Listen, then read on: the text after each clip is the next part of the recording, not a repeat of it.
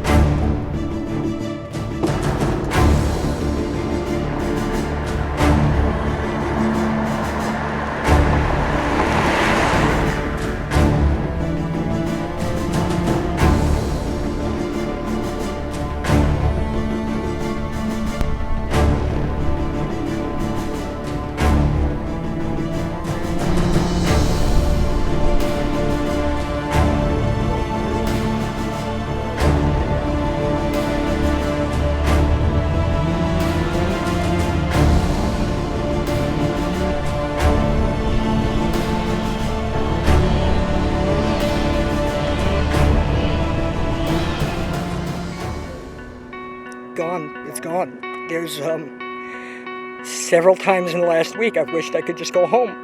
And then I remember you can't go home, there's nothing to go back to. Even if the house survived, like pretty much the rest of town is gone. There's no power, there's no water, everything's gone. And I don't even know, I have no idea what to do, where to go. I'm kind of lost. And in my personal situation on top of it, I'm overwhelmed. I'm completely overwhelmed. I'm doing my best to, keep it cool and keep functioning anyway, because you got to. There's no other choice. It's either keep moving or curl up and die. And so I'm trying, but I gotta admit, I've been better. I've definitely been better. Climate change, I'm not blaming you for your phrasing. It's just, for me, that's not a matter of belief or opinions. It's a matter of science. The evidence is pretty clear that's a thing. I can tell you for sure, looking around the world myself, I can see things that have changed, and the fact that I can even notice it on as short a time scale as my life, that's scary. I haven't even existed for 40 years. That's not that much time in the grand scheme of things.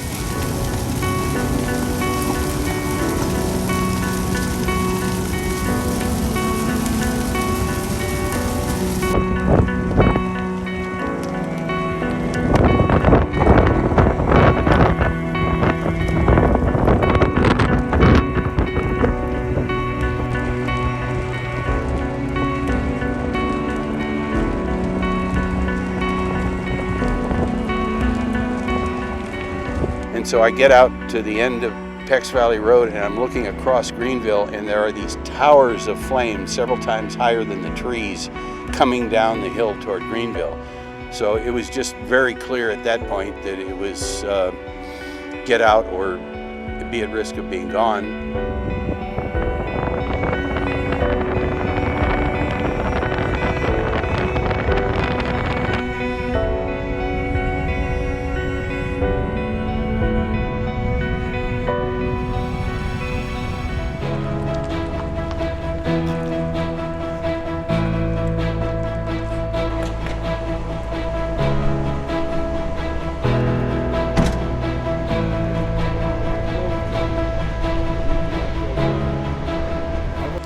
One thing that really stands out to me is that some of the folks that have been evacuated many times over the past couple years. We've seen some folks who have come to a shelter for just a few days to return home, to come back again because of those evacuation warnings. So there's a lot of uncertainty for some folks who might not know what the status is of their home or what they're going back to.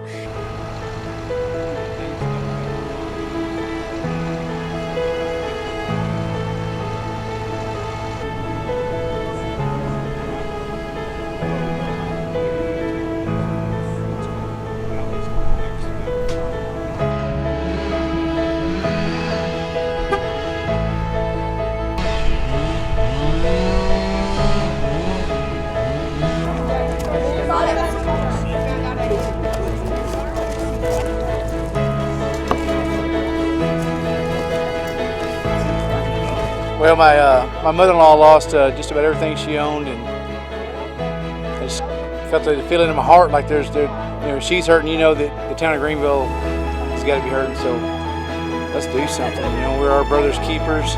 I love them, and if something like that happened in my hometown, I'd hope somebody come and run to my aid too. And me and my buddies like to cook, and I think we're pretty decent at it, and that's what we're here to do, is try to bring a little comfort every time we need.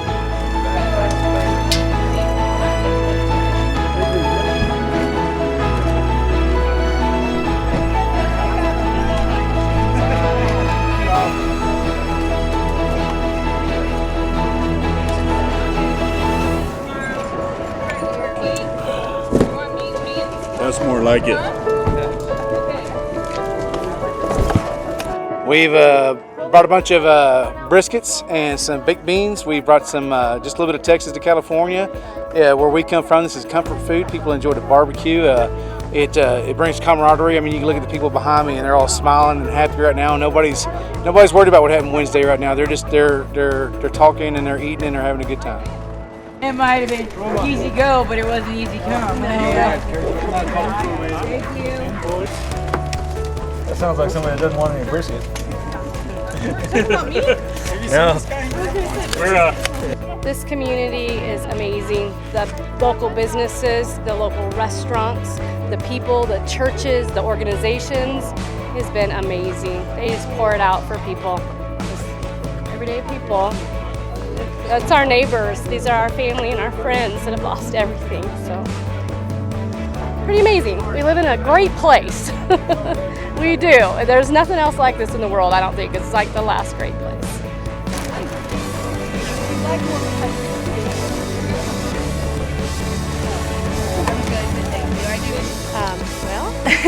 I lost my beauty shop.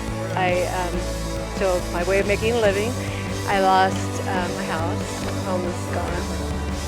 And so many people that I know up there, and I'm seeing them here, which is great. But yeah, this is a great community, and everybody's just wanting to help.